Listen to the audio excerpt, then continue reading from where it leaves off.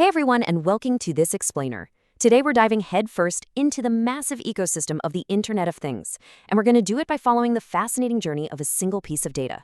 We'll be breaking down this invisible network that surrounds us all, looking at exactly how information travels from the messy physical world right up into the digital cloud.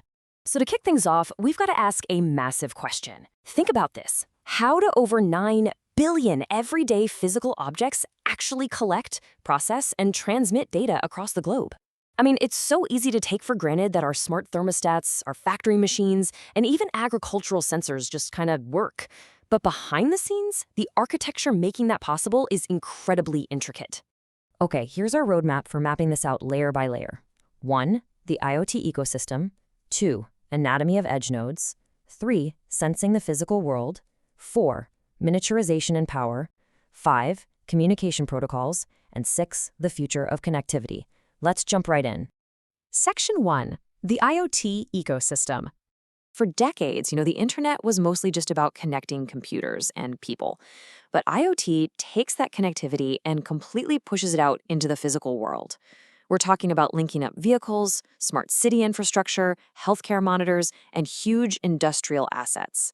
It's essentially transforming everyday objects into these intelligent creatures capable of exchanging information, which is completely redefining how we monitor and optimize our world. Section 2. Anatomy of edge nodes. Every single IoT system relies on a really foundational bottom-up flow of data. It moves sequentially from the physical hardware right up to high-level software. So, Step 1, sensors collect data. Step 2, processors analyze it. Step 3, gateways transmit it. And Step 4, applications deliver the results. If you look at this block diagram, it really is the backbone of IoT. Down at the very bottom, you've got your sensors, the true edge of the network. They grab real-world data and pass those electrical signals up to the processors, which basically provide the brains by filtering out all the noise. Then, that clean data hits the gateways, acting as a secure bridge to the vast cloud. And finally, at the top, we have the applications where you or I actually interact with those insights. Section 3. Sensing the physical world. These edge nodes, they are absolutely packed with diverse sensors. We aren't just talking about simple thermometers anymore. Modern IoT uses everything from gyroscopes to track angular movement, to MQO2 gas sensors for detecting smoke, light sensors, and even ultrasonic distance sensors. Those ultrasonic ones are super cool. They actually calculate distance by emitting sound waves and timing the echoes, kind of like a bat using echolocation. Together, these sensors are literally the eyes, ears, and touch of the digital world. But here's a tricky question. How do these sensors reliably communicate their raw data over wires, especially in really harsh industrial environments where wireless signals just get totally blocked by heavy machinery? Well, they often rely on a rock-solid wired method called a 4 to 20 milliamp direct current loop. As you can see in this simple DC circuit, you have a power supply and a loop passing through multiple loads. To understand why this loop is so incredibly reliable, it all comes down to Ohm's law. That's right, voltage equals current multiplied by resistance. In our sensor loop, the current actually remains constant everywhere throughout the circuit, no matter what voltage drops happen across the different components. Actually, a great way to picture this is by comparing the electrical circuit to a water flow system. If you treat voltage as the water pressure pushing out from a tank, the resistors are like bends or tight spots in the pipe. But the actual flow of the water, which represents our electrical current, stays perfectly constant throughout the entire pipe system.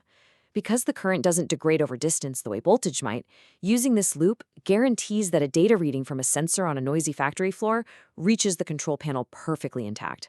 It's brilliant. Section 4. Miniaturization and power. As IoT expands, the hardware has to get smaller, a lot smaller. This brings us to MEMS, or micro-electromechanical systems.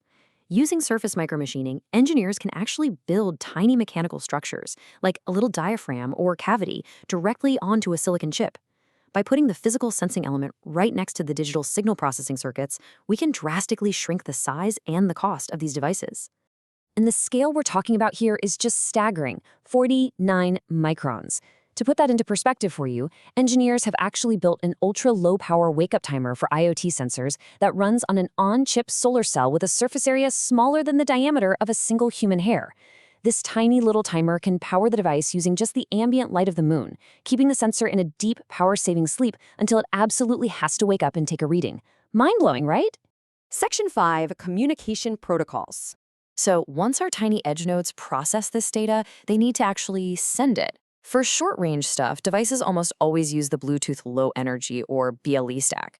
BLE is a huge leap from classic Bluetooth. By using reduced frequency bands and much shorter data packets, it uses up to 10 times less energy.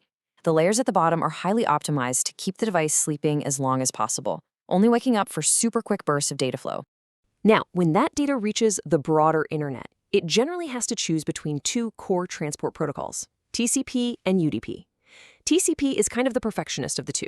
It guarantees that every single packet of data arrives in perfect order, but all that checking takes time. UDP, on the other hand, is built purely for speed. It sends data rapidly without waiting for an I got it receipt. So if you're monitoring a critical machine, you absolutely want TCP.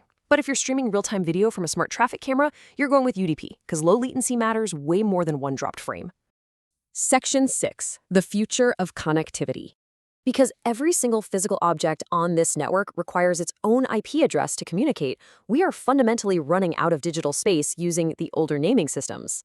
The massive amount of big data generated by billions of sensors means that scaling IoT isn't just about cranking out more hardware. It requires a massive shift toward rigorous cloud computing and expansive alternative IP naming systems just to securely handle and route all this traffic.